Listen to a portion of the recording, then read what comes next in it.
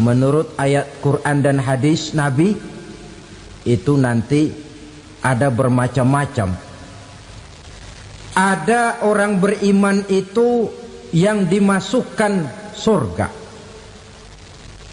Ada orang beriman itu yang dimasukkan ke dalam surga. Ada orang beriman itu yang disebut penduduk surga. Kenapa lain-lain, Pak? Karena waktu di dunia amalannya juga lain-lain. Ada orang beriman yang masuk surga. Ini paling murah tiketnya. Mau masuk surga? Kata Nabi begini, ma min abdin qala la ilaha illallah thumma mata ala dhalik illa dakhalal jannah. Kalau seorang hamba sudah mengucap dua kalimat syahadat, dia yakin dengan kebenaran kalimat itu sampai matinya, orang itu akan masuk surga. Abi Dzar yang waktu itu diajak bicara heran, ya Rasul kok gampang betul? Iya, walaupun orang itu mencuri, iya, walaupun orang itu berzina, iya. Biar dia mencuri, biar dia berzina, kalau dia sudah mengucap dua kalimat syahadat, dia yakin dengan kebenaran kalimat itu sampai matinya, itu orang akan masuk surga. Jadi masuk surga cukup dua kalimat syahadat, yakin sampai mati, masuk surga. Itu perkara masuk. Tapi kalau pertanyaannya diterusin, masuknya kapan, Pak? Nah, ini lain lagi urusannya. Sebab ada yang masuknya itu langsung, ada yang mampir dulu. Di sana tempat cuma dua, kalau tidak surga, neraka. Mau ke surga tapi mampir dulu, yang mampirnya jelas di neraka. Kenapa? Dalam hadis qudsi ada riwayat, nanti itu di akhirat, setelah Allah selesai mengatur penduduk surga masuk surga, yang neraka masuk neraka, Allah berkata kepada malaikat Malik, malaikat Malik, labaik ya Allah, itu bajingan-bajingan tengik, manusia-manusia durjana yang waktu di dunia tidak mau sujud, jauh dari ulama, gemar melakukan yang munkarat dan maksiat, hidup di tengah masyarakat selalu jadi bibit keonaran, kufur, sudah masuk neraka semua. Sudah ya Allah. Nah, kalau sudah, coba sekarang kamu masuk, Malik. Saya, iya, masuk neraka. Mau apa ya Allah? Kata Allah, akhriju minan nar man kana fi qalbihi misqala habatin min khardalin min iman. Kau masuk neraka, cari di dalam neraka orang-orang yang ada imannya walaupun kecil sebesar biji zarah, angkat mereka keluar. Masuk malaikat Malik ke neraka, cari orang yang ada imannya, korek-korek. Ya repot, udah pada gosong. Yang ada imannya diangkat ke atas, yang ada imannya diangkat ke atas, lalu dimandikan di Nahrul Hayat, namanya sungai kehidupan di akhirat nanti. Cakep lagi rupanya, bersih lagi wajahnya, apel di hadapan Allah. Kata Allah, bagaimana mas? Kapok nggak sampean? Kapok ya Allah. Nah, kalau kapok, idhab fadkhulil jannah, pergi masuk surga sana.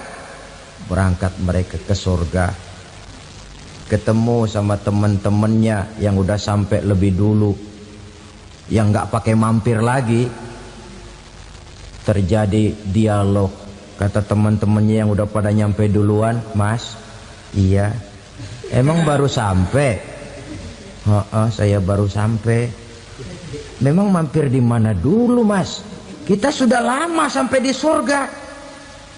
Saudara buka surah Al-Muddatsir ayat 34-35. Ma salakakum fis saqar? Kenapa kamu mampir di neraka Saqar? Qalu lam naku minal musallin. Mereka menjawab, kami mampir di neraka Saqar mas, gara-gara dulunya kami waktu di dunia ndak pernah sholat. Ndak pernah sholat? Ndak pernah. Kan rumahnya dekat masjid, cuma dekat doang mas. Sholat mah enggak saya. Enggak pernah ngasih makan fakir miskin, enggak pernah hadir di majelis taklim, pendeknya enggak pernah melakukan kebajikan, maka saya pun mampir di neraka sakor. Untung betul saya punya iman mas sedikit. Waktu hidup di dunia dulu saya pernah mengucap 2 kalimat syahadat, sekali-kalinya waktu mau kawin. Masya Allah. Untung saja kawin, kalau nggak kawin polos.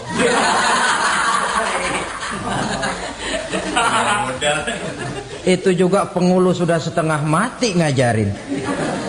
Asyhadu alla, asyaduaan, asyaduaan.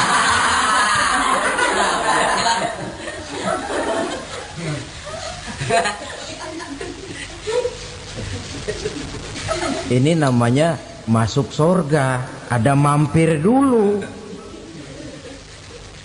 Ada pula orang mukmin itu yang dimasukkan surga. Namanya dimasukkan kan terima beres.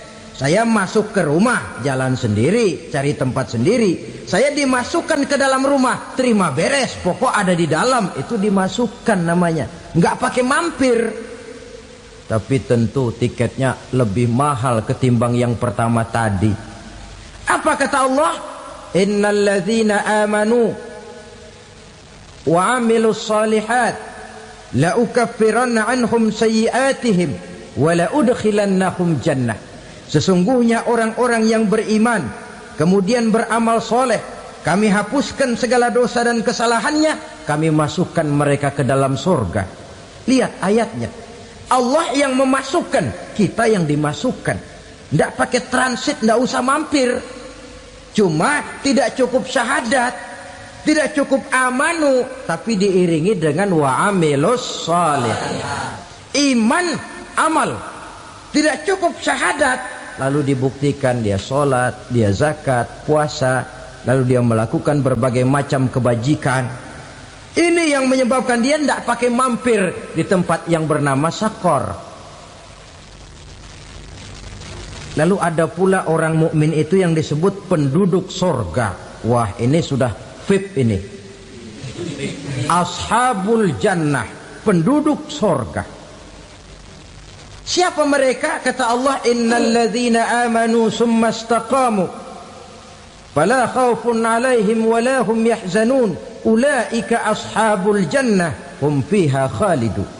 Sesungguhnya orang-orang yang beriman lalu istiqamah, tetap dalam melaksanakan perintah Allah, tidak goyah, tidak labil tapi stabil, istiqamah, mereka tidak takut dan tidak bersedih hati. Merekalah penduduk surga.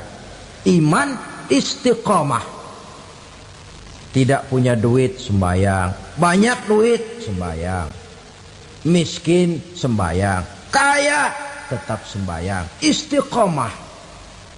Kadang orang kalau susah rajin ke masjid, banyak duitnya ngelihat masjid melengos. Waktu miskin hamba Allah, setelah kaya jadi hamba harta. Bergeser, tidak ada nilai istiqomahnya. Saudara-saudara, dengan begitu penduduk neraka itu dua. Ada penduduk permanen, ada penduduk yang semi permanen. Yang semi permanen orang-orang beriman yang mempunyai dosa besar. Mereka masuk ke neraka untuk menerima azab sesuai dengan dosanya. Bila selesai masa azab itu, mereka akan diangkat untuk ditempatkan kembali ke dalam surganya Allah Subhanahu wa ta'ala. Nah, dikala itulah saudara-saudara, ada yang disebut syafaat dari Rasulullah Sallallahu Alaihi Wasallam. Tapi tentu jangan lupa, syafaat ini ibarat kain menambal dia. Kita punya kain bolong-bolong sedikit, syafaat yang menambal. Sholat kita ada kurang dikit, sedekah kita ada campur riak dikit, amalan kita ada tidak karena Allah dikit, kita berharap syafaat. Jadi biarlah kain masih bolong-bolong, yang penting punya kain. Tapi kalau kainnya tidak ada, yang ditambal apanya?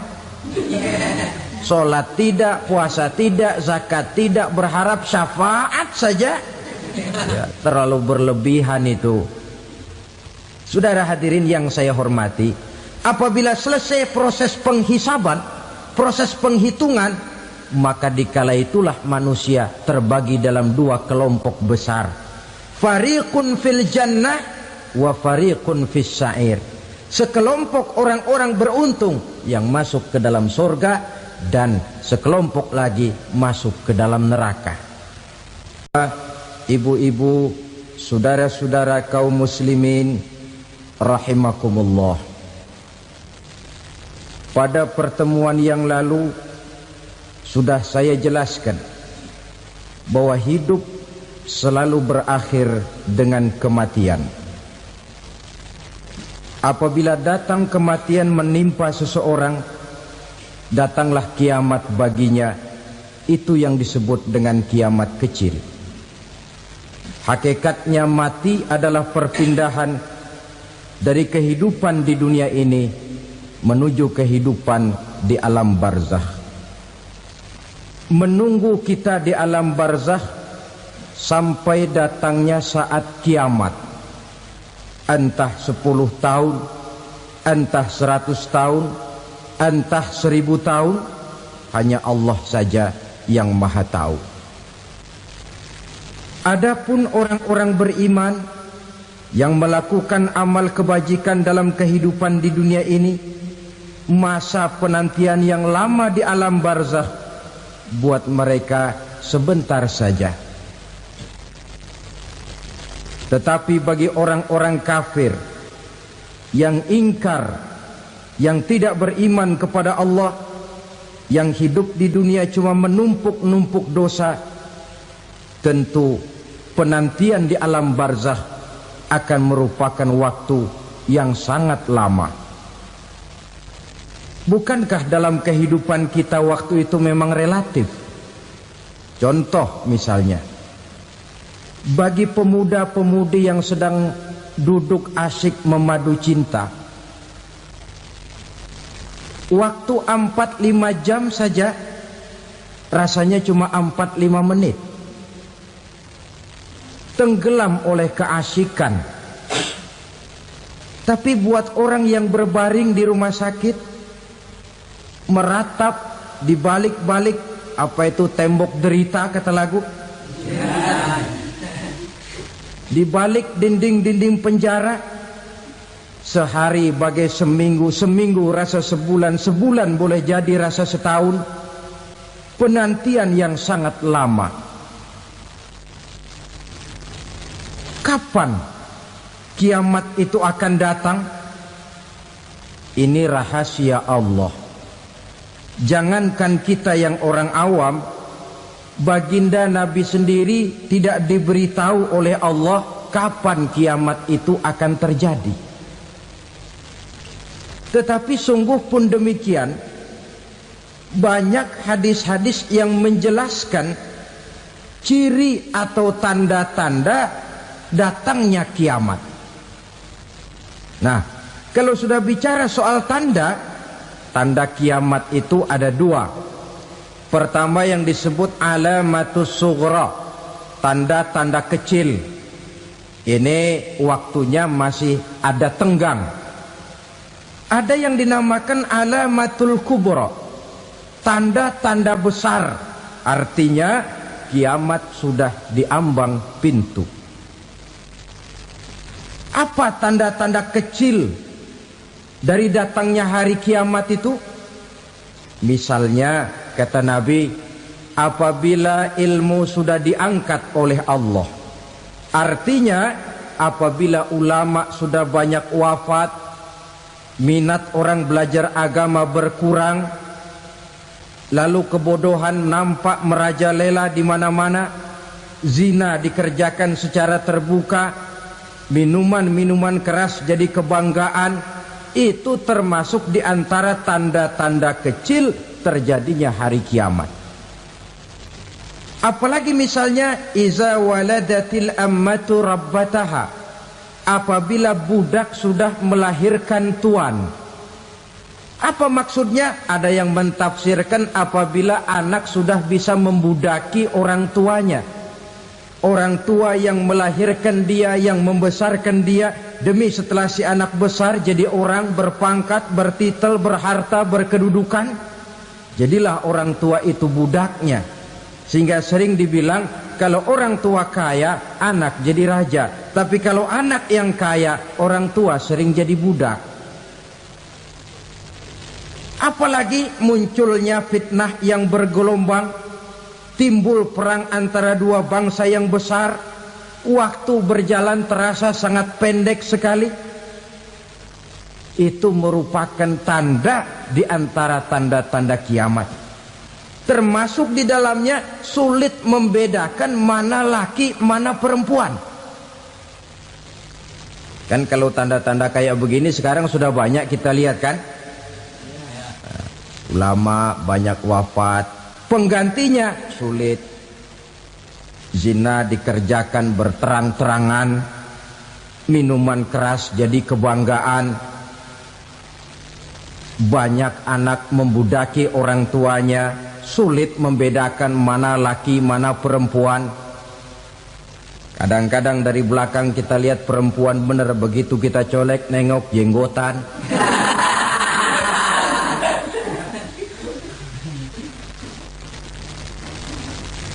Ini termasuk tanda-tanda kecil, masih ada tenggang sampai akan terjadinya kiamat itu. Nah, yang dimaksud dengan tanda-tanda besar, ini tanda besar artinya kiamat sudah di ambang pintu. Pertama, matahari terbit dari sebelah barat. Apabila matahari sudah terbit dari arah sebelah barat, tertutuplah sudah pintu taubat. Bersabda Nabi kita, la taqumus sa'atu hatta tatlu'a syamsu min maghribiha. Tidak akan datang hari kiamat sampai matahari terbit dari arah sebelah barat. Fa iza tala'at, manakala matahari telah terbit dari arah sebelah barat, wara'ahan nasu, manusia banyak menyaksikan itu, amanu ajma'un, mereka pun lalu beriman. Yang tadinya kafir, yang tadinya ingkar, yang tadinya membangkang, setelah melihat matahari terbit dari sebelah barat, buru-buru beriman, berlomba-lomba mengucap dua kalimat syahadat. Tapi apa yang terjadi? Kata Nabi, wadzalika hina la yanfa'u nafsan imanuha lam takun amanat min qabl. Hari itu adalah hari yang iman sudah tidak berguna lagi bagi seseorang apabila sebelumnya memang dia tidak pernah beriman. Au kasabat fi imaniha khaira, atau beriman tetapi tidak pernah melakukan kebajikan di dalam keimanannya itu. Hari yang sudah kasib, hari yang sudah terlambat, beriman tidak akan ada gunanya lagi. Ini pelajaran buat kita. Sebelum sang surya terbit dari sebelah barat, sebelum nafas sampai di tenggorokan, artinya pintu taubat masih terbuka. Kalau dua hal itu sudah terwujud, nafas sudah sampai di kerongkongan atau matahari sudah terbit dari arah sebelah barat, tertutuplah sudah pintu taubat. Tak ada lagi gunanya pangkat, jabatan, harta, bahkan beriman pun dalam suasana macam itu. Too late, kata orang Kulon. Sudah terlambat. Matahari terbit dari arah sebelah barat. Itu tanda besar, artinya kiamat sudah di ambang pintu. Lalu apalagi tanda besar? Munculnya Dajjal. Dajjal artinya pendusta-pendusta yang menyesatkan manusia. Ada dua macam Dajjal, saudara. Ada Dajjal kecil. Ini Dajjal kelas teri. Kalau ini sejak zaman Rasulullah sudah ada itu. Tiap zaman ada. Di zaman Rasulullah misalnya ada yang bernama Aswad al-Unsi dari Yaman. Ada yang namanya Musailamah Al-Kazzab dari Yamamah. Ada yang namanya Ibnu Sayyad dari Madinah. Ini dajjal-dajjal di zaman Rasul. Musailamatul Kazzab memproklamirkan diri jadi nabi dia. Di zaman Rasul masih hidup. Ini dajjal zaman Nabi. Di zaman sahabat muncul dajjal-dajjal. Di zaman kita sekarang ini dajjal-dajjal pun gentayangan. Dajjal-dajjal kelas teri. Kerjanya mendustakan manusia, menyesatkan manusia, memalingkan manusia dari jalan yang benar dan diridhoi oleh Allah Subhanahu wa taala. Adapun yang merupakan tanda besar dari datangnya kiamat, dajjal-dajjal kelas kakap. Pembohong-pembohong besar yang menyesatkan masyarakat manusia berpaling dari jalan Allah mengikuti jalan mereka. Apa sih ciri dajjal itu? Kata Nabi dalam hadis Bukhari Muslim, "Inna dajjala", sesungguhnya yang namanya dajjal itu yakhruju, satu saat akan muncul mendekati hari kiamat. Wa inna ma'ahu ma'an, si dajjal ini membawa air. Wa naran, dan juga membawa api. Dua simbol. Di tangan yang satu dia bawa air, di tangan yang satu dia bawa api. Wa ammal ladzi yarahu an-nasu ma'an fanarun, adapun yang orang banyak lihat air, hakikatnya adalah api. Yang dilihat api, hakikatnya adalah air. Oleh sebab itu, kalau api yang ditawarkan, ambillah air. Kalau air yang ditawarkan, pilihlah api. Maksudnya apa ini? Ini bahasa simbol, saudara-saudara. Dajjal bicaranya seolah-olah untuk kepentingan manusia, menawarkan surga. Surga yang dia tawarkan hakikatnya neraka. Hai manusia, kalau kau mau bahagia, jangan dekat-dekat dengan agama. Solat itu tidak efektif dan efisien, tidak produktif dari segi ekonomi itu. Menghadiri majelis taklim cuma buang-buang waktu. Tahajud, tasbih, tahlil, baca Quran, apa itu? Pekerjaan mubazir saja. Hidup ini cuma sekali, masa yang cuma sekali, manfaatkan dengan sebaik-baiknya. Mumpung, dibawanya sifat mumpung, tetapi dalam pengertian yang sangat negatif. Bicaranya seolah-olah untuk kepentingan manusia, tetapi sebenarnya menjerumuskan manusia. Menawarkan air, tapi sebenarnya api. Menawarkan api, tapi hakikatnya air. Buat apa kamu sholat? Buat apa kamu bayar zakat? Buat apa kamu puasa? Surga yang dicanangkan dajjal, hakikatnya neraka. Neraka yang digambarkan dajjal, pada dasarnya adalah surga. Jadi memutarbalikan fakta itu kerjaan dajjal. Yang hak jadi batil, yang batil dibilang hak, yang benar jadi salah, yang salah malah jadi benar. Tuntunan disuruh jadi tontonan, tontonan malah menjadi tuntunan. Itu pekerjaan dajjal profesinya. Zamannya Nabi Adam, dajjalnya kan iblis. Betul? Betul. Apa sih gang kerayuan iblis itu? Allah setelah menciptakan Nabi Adam kan bilang, Adam, kau dan istrimu Hawa tinggal di surga ini. Seluruh fasilitas yang ada di surga persilahkan kau nikmati. Satu yang tidak boleh, jangan coba-coba dekati pohon khuldi. Dekat saja jangan, apalagi sampai memetiknya. Datang dajjal yang namanya iblis ini. Adam, kamu tahu nggak kenapa tidak boleh makan buah khuldi? Ya nggak tahu, pokoknya saya dilarang. Bodoh kamu Dam. Khuldun artinya kekal. Kalau kamu makan itu buah, kau akan kekal di surga buat selamanya. Allah tidak kepengen, maka dilarang kamu makan buah khuldi. Kalau kau ingin kekal di surga Adam, makan saja. Saya bicara begini ini untuk kepentingan kamu Adam. Ini kan ciri-ciri Dajjal. Bicaranya sih seolah-olah untuk kepentingan Nabi Adam, hakikat sebenarnya menjerumuskan Nabi Adam supaya ingkar dan melanggar larangan dari Allah Subhanahu wa ta'ala.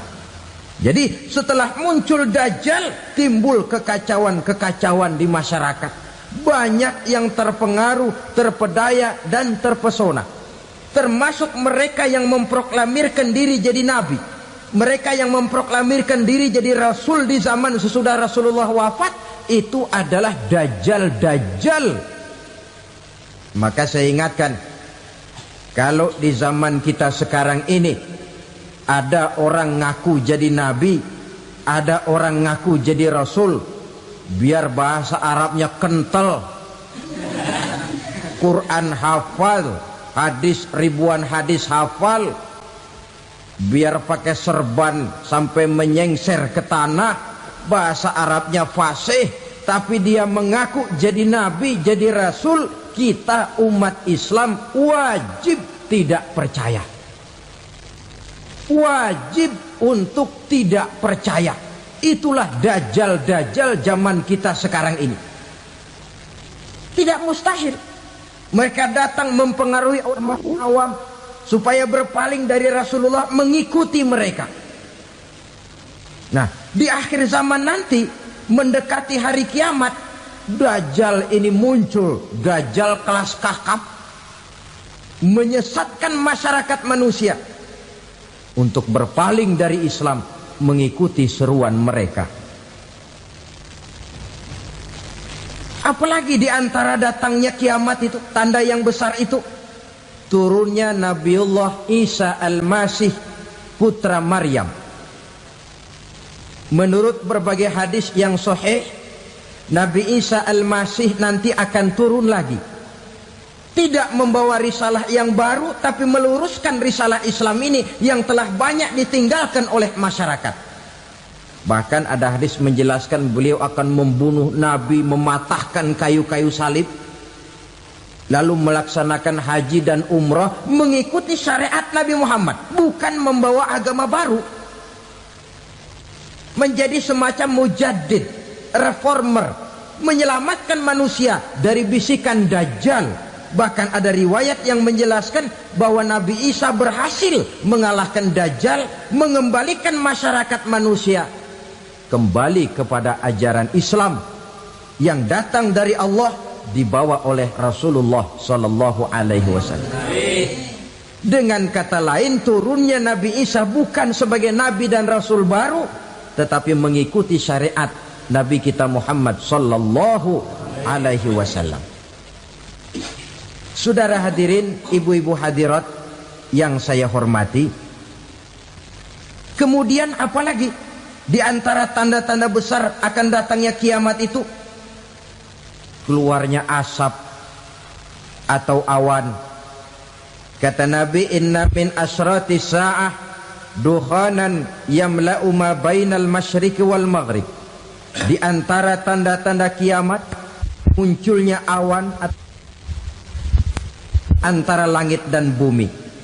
Ini pun diperkuat dalam surah Ad-Dukhan ayat 10. Fartaqib yauma ta'tis sama bidukhanim mubin fayughshan nas hadza azabun alim. Bagi orang-orang yang beriman, mereka biasa-biasa saja. Tapi bagi orang kufur, datangnya asap dan awan ini merupakan azab yang kelewat pedih. Barangkali sedikit mendekati gambaran tentang azab yang pedih ini, saya ingatkan alam pikiran kita kepada peristiwa yang belum lama terjadi. Pernah dengar berita bocornya reaktor nuklir di Chernobyl, Uni Soviet? Pernah dengar?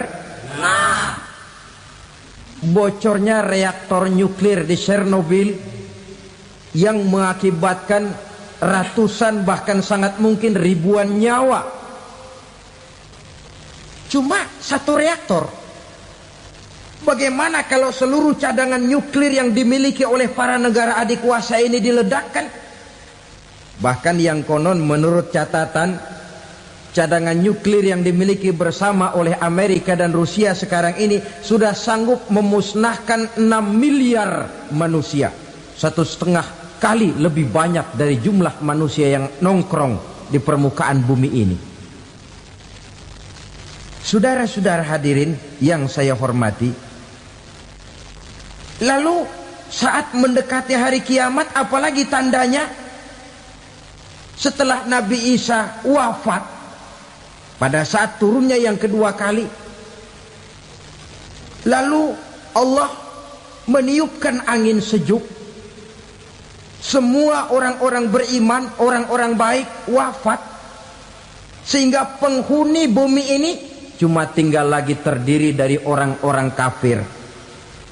Tidak ada lagi di bumi ini yang bisa mengucapkan Allah. Sehingga dalam hadis qudsi itu ada keterangan, innallaha azza wa jalla yaqulu li Israfil. Allah pernah pesan kepada malaikat Israfil. Kata Allah, Israfil, idza sami'ta qailan yaqul Allah Allah fa akhirin nafakh 40 sanatan ikraman liqailiha. Hai Israfil, apabila kau dengar di permukaan bumi masih banyak orang yang mengucapkan Allah Allah, maka tunda sangkakala kiamat itu 40 tahun. Untuk apa? Ikraman liqailiha, menghormati orang yang mengucapkan Allah Allah itu. Wah, jadi karena sekarang masih banyak yang mengucapkan Allah, besar hatilah kita, masih jauh kiamat itu. Tapi jangan lupa, kiamat pribadi, kiamat kecil itu yang gak kita sangka-sangka. Ajal datang mencabut nyawa, itu kiamat pribadi, dan itu yang pasti kita hadapi, dan itu yang membuat kita tidak boleh bersikap main-main di dalam kehidupan sekarang ini. Saudara hadirin yang saya hormati, tidak ada lagi orang-orang muslim. Seluruh penduduk dunia ini kafir. Lalu terciptalah struktur sosial yang berlandaskan prinsip hidup semau gue. Bakal terjadilah prinsip di mana yang kaya menyantap yang miskin, yang kuat menindas yang lemah. Hidup sudah bagaikan di rimba belantara, berlaku hukum rimba. Siapa yang kuat dia yang menang, siapa yang lemah menjadi mangsa. Timbul kekacauan, maksiat merajalela, munkarat menjadi-jadi, sehingga isi bumi ini penuh dengan segala macam perbuatan dosa. Tidak ada perlunya lagi alam diperpanjang temponya. Datang saat yang sudah dijanjikan oleh Allah Azza wa Jalla, maka terjadilah yang disebut kiamat kubra, kiamat besar, kiamat ancur-ancuran. Bagaimana kejadian ini dimulai? Dalam surah Az-Zumar ayat 68, Allah Subhanahu wa taala berfirman, wa nufikha fis suri fasa'iqa man fis samawati wa man fil ardi illa man sya'allahu. Maka manakala ditiuplah sangkakala, terkejutlah seluruh yang ada di langit dan seluruh yang ada di bumi. Bila saat kiamat datang, Allah perintah malaikat Israfil, Israfil, tiup sangkakalamu. Ditiuplah sangkakala oleh malaikat Israfil. Yang akibat daripada tiupan itu, seluruh yang ada di langit, seluruh yang ada di permukaan bumi terkejut. Yang ada di langit siapa? Malaikat kan. Bayangin aja kalau malaikat kaget, apalagi kita. Terkejut seluruh makhluk yang ada di bumi, yang ada di langit mendengar suara sangkakala itu. Bunyinya tidak sanggup kita bayangkan dahsyatnya. Ledakan nuklir, ledakan neutron, belum apa-apa ketimbang bunyi sangkakala malaikat Israfil ini. Nah, lalu mendengar bunyi sangkakala ini, gemparlah makhluk, kacaulah alam. Bumi gempa, planet-planet bertabrakan, gunung meletus, air laut tumpah ke darat, angin topan bertiup, halilintar menyambar. Lalu semua yang bernama hidup mati total. Mati bareng tanpa persiapan. La haula wala quwata illa billah. Saya kadang-kadang dalam tafakur bermohon, ya Allah, mudah-mudahan saya enggak nemuin kiamat beneran. Ngeri. Tidak bisa kita bayangkan macam apa suasana seperti itu. Allah saja banyak memberikan gambaran, misalnya Al-Qari'ah, wa mal qari'ah, wa ma adraka mal qari'ah. Kejadian yang menggemparkan. Tahukah kamu apa kejadian yang menggemparkan itu? Yauma yakunun nasu kal farasil mabsus wa takunul jibalu kal ihnil manfus. Pada saat itu manusia berterbangan bagai kupu-kupu, gunung berterbangan seperti kapas ditiup angin. Gunung saja macam kapas, konon lagi manusia. Kematian total, mulai semut sampai gajah mati, jin mati, iblis mati, malaikat mati. Oh, malaikat saja mati.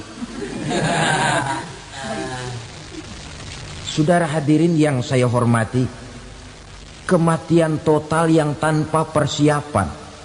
Orang bilang, Pak, kalau mati bareng begitu yang repot malaikat maut dong ya. Cabut sana, cabut sini. Itu kalau menurut logika kita, mestinya begitu menurut logika. Tapi logika juga yang nggak perlu serepot itu. Sebab untuk mematikan listrik di wilayah DKI, di wilayah Jakarta, nggak perlu tiap rumah didatengin, matiin, ya lama.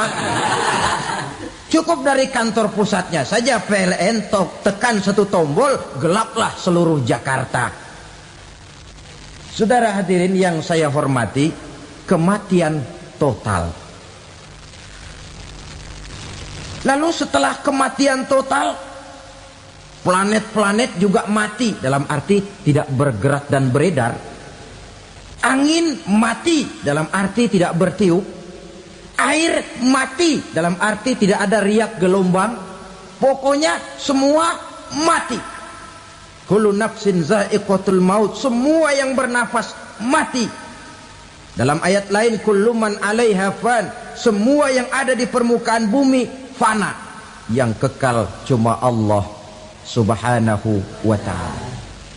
Yang paling belakang mati malaikat maut dan malaikat Israfil. Tapi mati juga sesuai dengan janji Allah.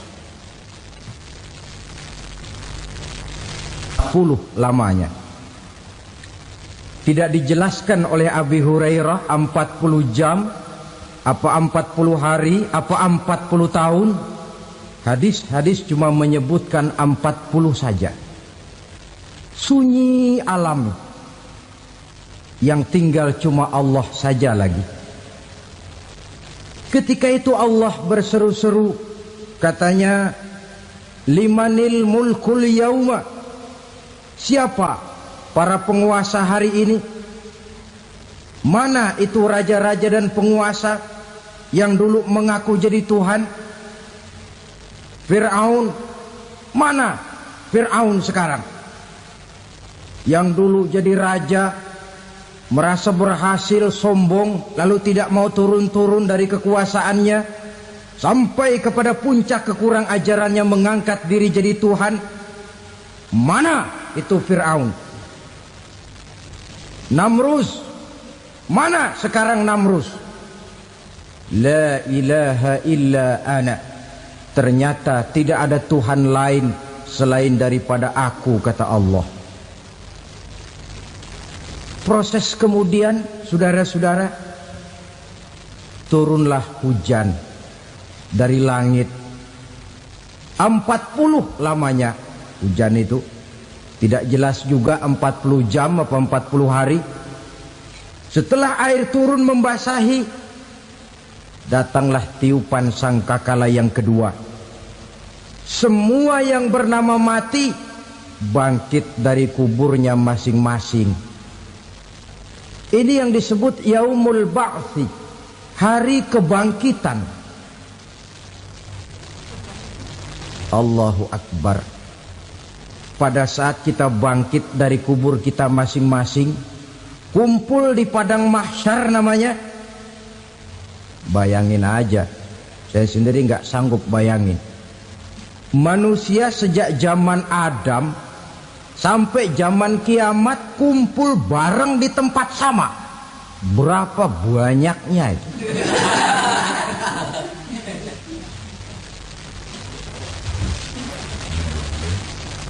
Dan yang luar biasa menurut satu riwayat, pada saat bangkit itu, Masya Allah, roman muka kita berubah, disesuaikan dengan amalan kita waktu di dunia ini. Barang siapa yang waktu di dunia amalannya itu amalan tikus,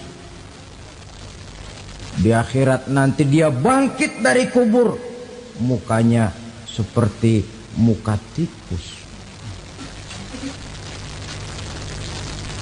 Gagah betul badannya, tapi mukanya seperti tikus. Kenapa? Amalannya waktu di dunia seperti amalan tikus. Apa amalan tikus itu? Suka ngegeragoti barang yang sudah disimpan rapi-rapi. Orang sudah simpan uang rapi-rapi, simpan perhiasan rapi-rapi, digeragoti oleh tikus. Maling-maling, pencoleng-pencoleng, koruptor-koruptor. Itu nanti di akhirat nanti kita lihat mukanya seperti muka tikus. Oh ini waktu di dunia suka nyolong, mukanya seperti muka tikus. Barang siapa yang waktu di dunia ini amalannya itu amalan macan, dia akan bangkit nanti mukanya seperti muka macan. Apa amalan macan? Macan itu amalannya menang-menangan. Orang yang mau menang saja nggak mau mengalah. Coba lihat di hutan, kenal hutan nggak? Di hutan, raja hutan di mana-mana pasti macan. Betul kan? Betul. Padahal hutan belum pernah bikin pemilihan umum. Tapi macan tidak peduli ada pemilihan umum apa tidak, pokok saya raja. Sebab apa? Macan jadi raja itu bukan karena benar, tapi karena kuat jadi raja. Setelah dia jadi raja, rakyat hutan yang mesti dilindungi malah dimakan oleh raja macan. Kambing rakyat hutan dimakan oleh macan. Ayam rakyat hutan dimakan oleh macan. Itu nanti kita lihat di akhirat itu mukanya seperti muka macan, gagah betul. Lalu barang siapa yang di dunia ini amalannya itu seperti amalan anjing, nanti dia punya muka seperti muka anjing. Apa amalan anjing? Pertama, anjing itu kalau disuruh jaga rumah, dia tidak bisa membedakan mana maling, mana tamu. Biar yang datang maling, kalau bawa tulang, anjing kalem. Yang kedua, anjing itu akan setia kepada siapa saja yang memberinya roti. Siapa yang memberinya roti, itulah majikannya. Apa kata majikannya pasti dia laksanakan. Soal benar atau salah dia tidak peduli. Setelah anjing dapat roti, dia tidak punya pilihan lain kecuali bilang, abdi mah kumaha juragan wae ayeuna mah.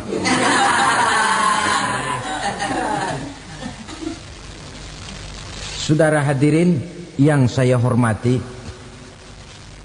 berkumpul di padang mahsyar, tiap orang sibuk dengan persoalannya masing-masing.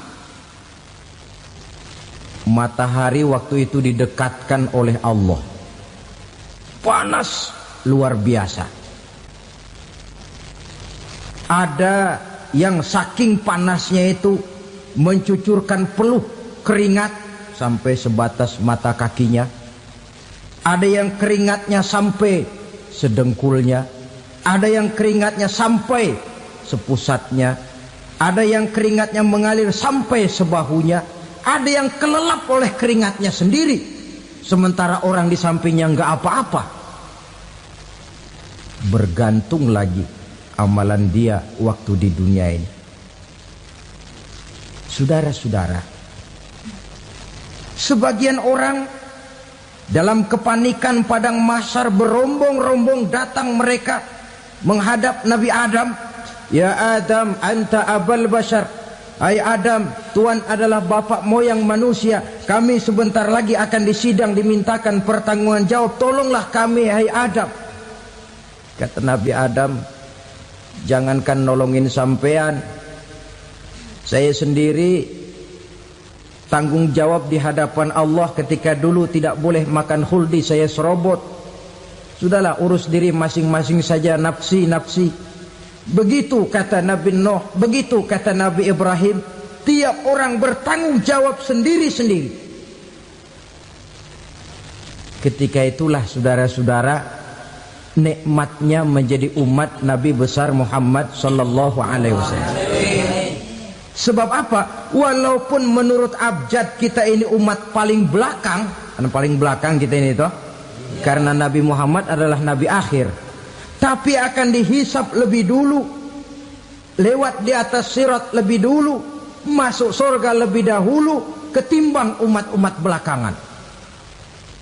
Ketika Rasul mendekati ajal, beliau tanyakan itu kepada malaikat Jibril. Malaikat Jibril berkata, Muhammad jangan khawatir, Allah sudah berjanji, inni haramtul jannata ala sairil anbiya hatta tadkhulaha anta wa haramtuha ala sairil umami hatta tadkhulaha ummatuka.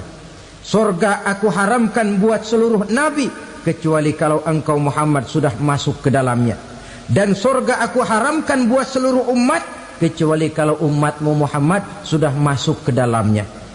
Logikanya, walaupun menurut abjad kita umat paling belakang, bakal dihisap paling dulu, lewat di atas sirat paling dulu, masuk surga paling dulu, kalau mampir ke neraka juga paling dulu. Ya resiko.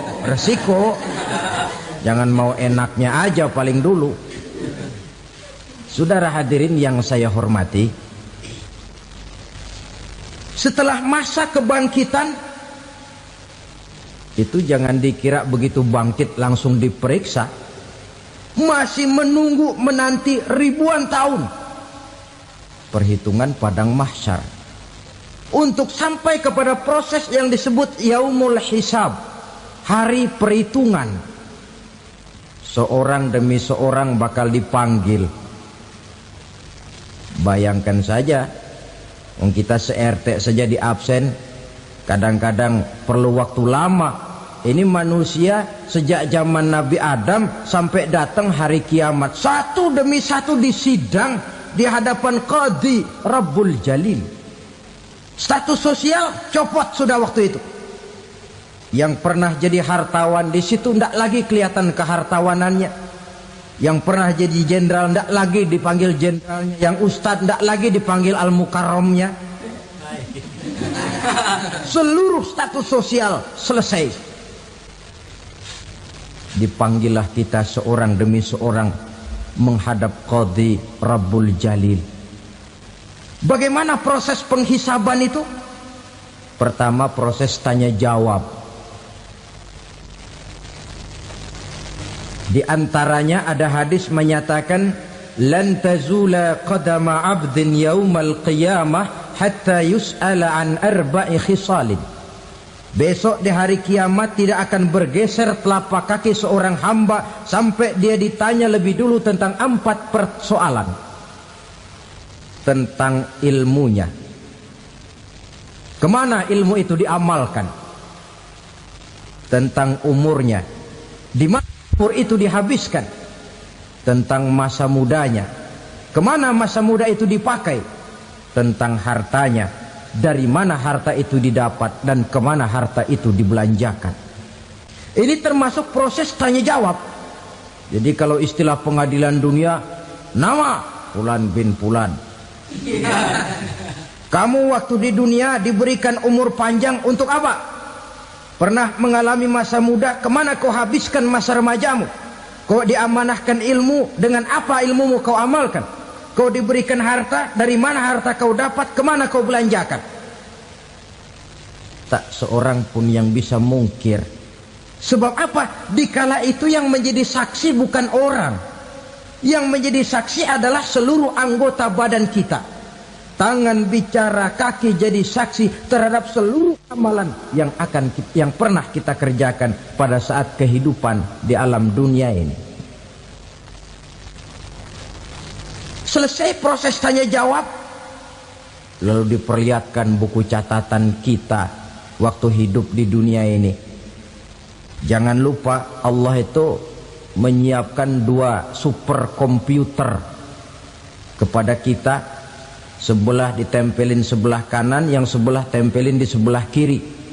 Komputer itu namanya Raqib dan Atid, 2 malaikat yang apabila baik kita lakukan, refleks saja akan menulis kebajikan kita. Jahat kita kerjakan, akan tertulis. Catatan itu nanti diperlihatkan kepada kita. Waduh, alangkah malunya pada saat diperlihatkan catatan kita, buku rapot kita merah melulu. Barangkali diperiksa sambil diomelin, brengsek lo. Buku merah melulu begini, bagaimana waktu hidup di dunia? Tidak cukup diperlihatkan buku catatan kehidupan, rekaman kehidupan. Rekaman kehidupan kita secara utuh sejak terlahir sampai ajal datang merenggut nyawa. Barangkali mirip dengan video sekarang ini, di mana terekam dengan baik seluruh kegiatan kita, sejak yang sekecil-kecilnya sampai kepada yang sebesar-besarnya. Untuk kemudian kita pun menerima balasan. In khairan fa khairun wa in syarran fa syarrun. Kalau baik ya baik balasannya, kalau jahat ya jahat juga balasannya. Catatan-catatan kita diberikan. Kalau banyak kebajikannya diberikan di tangan kanan dengan cara yang halus. Kalau banyak kejahatannya diberikan dari sebelah kiri atau dilempar dari belakang. Itulah sebabnya sejak di dunia ini kita sudah mohon kepada Allah. Ketika berwudu membasuh tangan kanan, apa kita bilang? Allahumma a'tini kitabi biyamini wa hasibni hisaban yasira. Ya Allah, berikan saya kitab di tangan kanan, dan kalau saya memang perlu dihisap, hisaplah saya yang seringan-ringannya.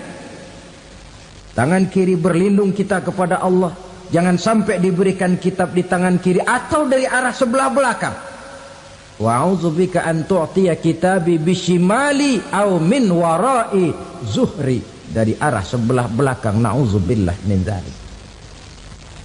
Setelah selesai lewat proses penghisaban, lewat mizan, timbangan, maka yang sudah selesai dihisab itu bergeraklah menuju sirat, jembatan yang terbentang menuju surga melalui neraka.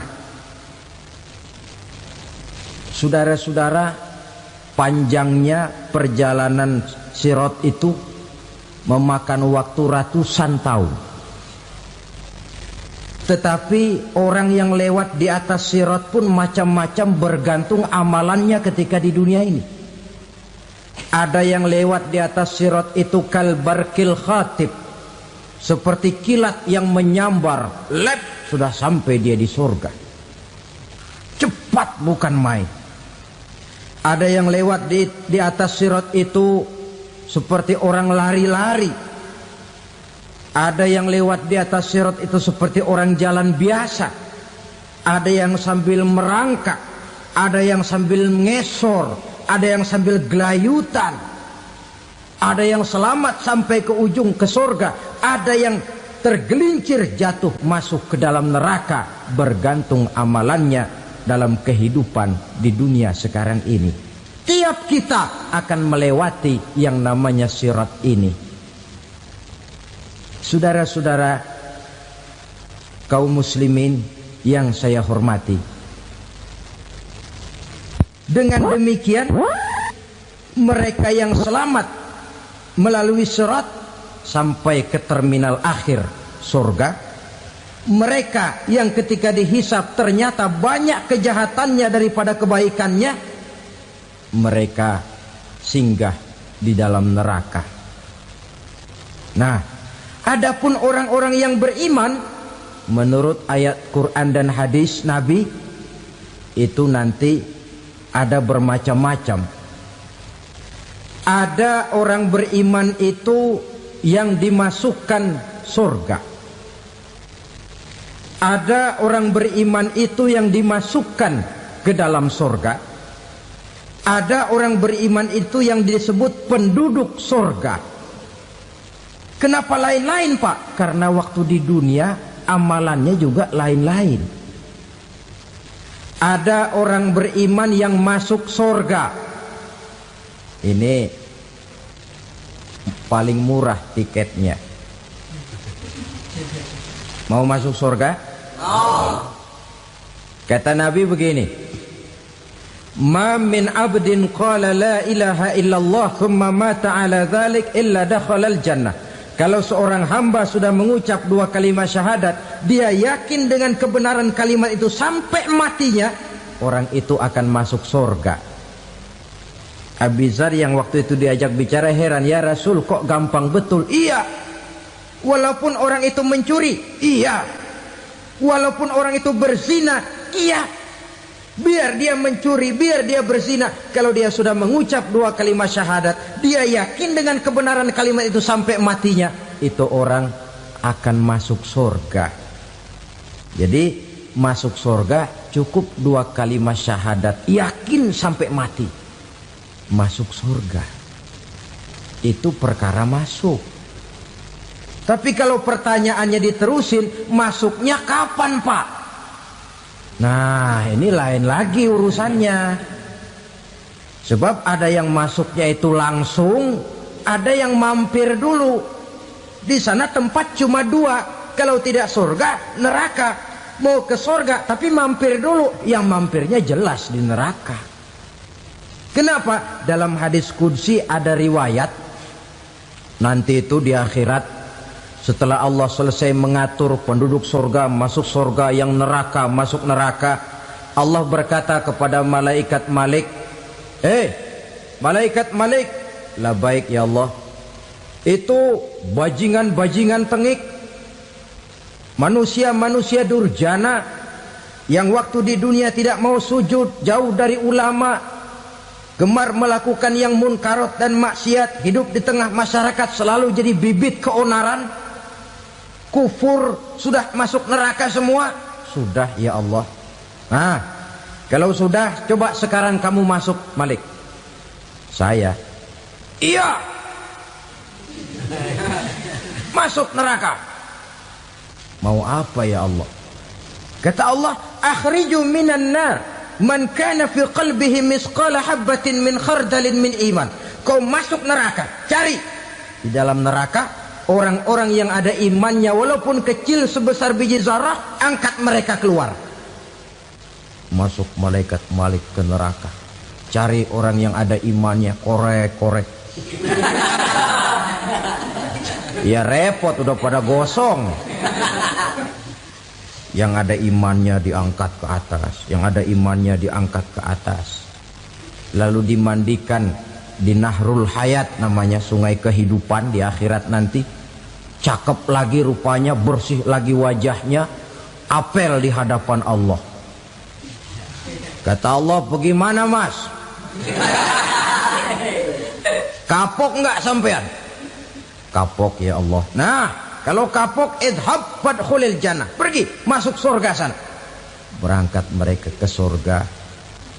ketemu sama teman-temannya yang udah sampai lebih dulu, yang nggak pakai mampir lagi. Terjadi dialog. Kata teman-temannya yang udah pada nyampe duluan, "Mas, iya, emang baru sampai?" Saya baru sampai." "Memang mampir di mana dulu, Mas? Kita sudah lama sampai di surga." Saudara buka surah Al-Muddatsir ayat 34-35. "Ma salakakum fis saqar?" Kenapa kamu mampir di neraka Sakor? Qalu lam naku minal musallin. Mereka menjawab, kami mampir di neraka Sakor, Mas, gara-gara dulunya kami waktu di dunia ndak pernah sholat. Ndak pernah sholat? Ndak pernah. Kan rumahnya dekat masjid. Cuma dekat doang, Mas. Sholat mah enggak saya. Nggak pernah ngasih makan fakir miskin, nggak pernah hadir di majelis taklim, pendeknya nggak pernah melakukan kebajikan, maka saya pun mampir di neraka Sakor. Untung betul saya punya iman, Mas, sedikit. Waktu hidup di dunia dulu saya pernah mengucap 2 kalimat syahadat, sekali-kalinya waktu mau kawin. Masya Allah. Untung saja kawin, kalau nggak kawin polos.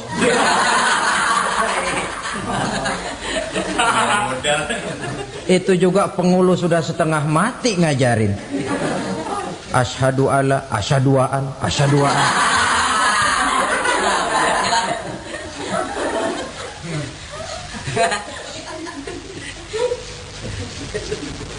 Ini namanya masuk surga, ada mampir dulu. Ada pula orang mukmin itu yang dimasukkan surga. Namanya dimasukkan kan terima beres.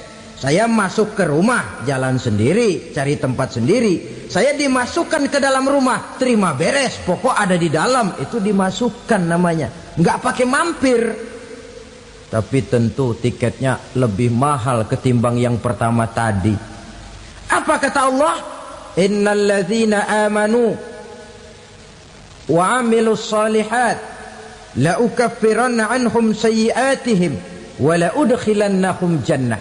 Sesungguhnya orang-orang yang beriman kemudian beramal soleh, kami hapuskan segala dosa dan kesalahannya, kami masukkan mereka ke dalam surga. Lihat ayatnya, Allah yang memasukkan, kita yang dimasukkan. Tidak pakai transit, tidak usah mampir. Cuma tidak cukup syahadat, tidak cukup amanu, tapi diiringi dengan wa'amilus salih. Iman, amal. Tidak cukup syahadat, lalu dibuktikan dia sholat, dia zakat, puasa, lalu dia melakukan berbagai macam kebajikan. Ini yang menyebabkan dia tidak pakai mampir di tempat yang bernama Sakor. Lalu ada pula orang mukmin itu yang disebut penduduk sorga. Wah, ini sudah VIP ini. Ashabul jannah, penduduk sorga. Siapa mereka? Kata Allah, innal ladzina amanu summa istaqamu fala khaufun alaihim wala hum yahzanun ulaika ashabul jannah hum fiha khalidun. Sesungguhnya orang-orang yang beriman lalu istiqamah, tetap dalam melaksanakan perintah Allah, tidak goyang, tidak labil tapi stabil, istiqamah, mereka tidak takut dan tidak bersedih hati. Merekalah penduduk surga. Iman, istiqamah. Tidak punya duit, sembayang. Banyak duit, sembayang. Miskin, sembayang. Kaya, tetap sembayang. Istiqamah. Kadang orang kalau susah rajin ke masjid, banyak duitnya ngelihat masjid melengos. Waktu miskin hamba Allah, setelah kaya jadi hamba harta. Bergeser, tidak ada nilai istiqomahnya. Saudara-saudara, dengan begitu penduduk neraka itu dua. Ada penduduk permanen, ada penduduk yang semi permanen. Yang semi permanen orang-orang beriman yang mempunyai dosa besar. Mereka masuk ke neraka untuk menerima azab sesuai dengan dosanya. Bila selesai masa azab itu, mereka akan diangkat untuk ditempatkan kembali ke dalam surganya Allah Subhanahu wa ta'ala. Nah, dikala itulah saudara-saudara, ada yang disebut syafaat dari Rasulullah Sallallahu Alaihi Wasallam. Tapi tentu jangan lupa, syafaat ini ibarat kain menambal dia. Kita punya kain bolong-bolong sedikit, syafaat yang menambal. Solat kita ada kurang dikit, sedekah kita ada campur riak dikit, amalan kita ada tidak karena Allah dikit, kita berharap syafaat. Jadi biarlah kain masih bolong-bolong, yang penting punya kain. Tapi kalau kainnya tidak ada, yang ditambal apanya? Solat tidak, puasa tidak, zakat tidak, berharap syafaat saja. Ya, terlalu berlebihan itu. Saudara hadirin yang saya hormati, apabila selesai proses penghisaban, proses penghitungan, maka dikala itulah manusia terbagi dalam dua kelompok besar. Fariqun fil jannah wa fariqun fis sa'ir. Sekelompok orang-orang beruntung yang masuk ke dalam surga, dan sekelompok lagi masuk ke dalam neraka.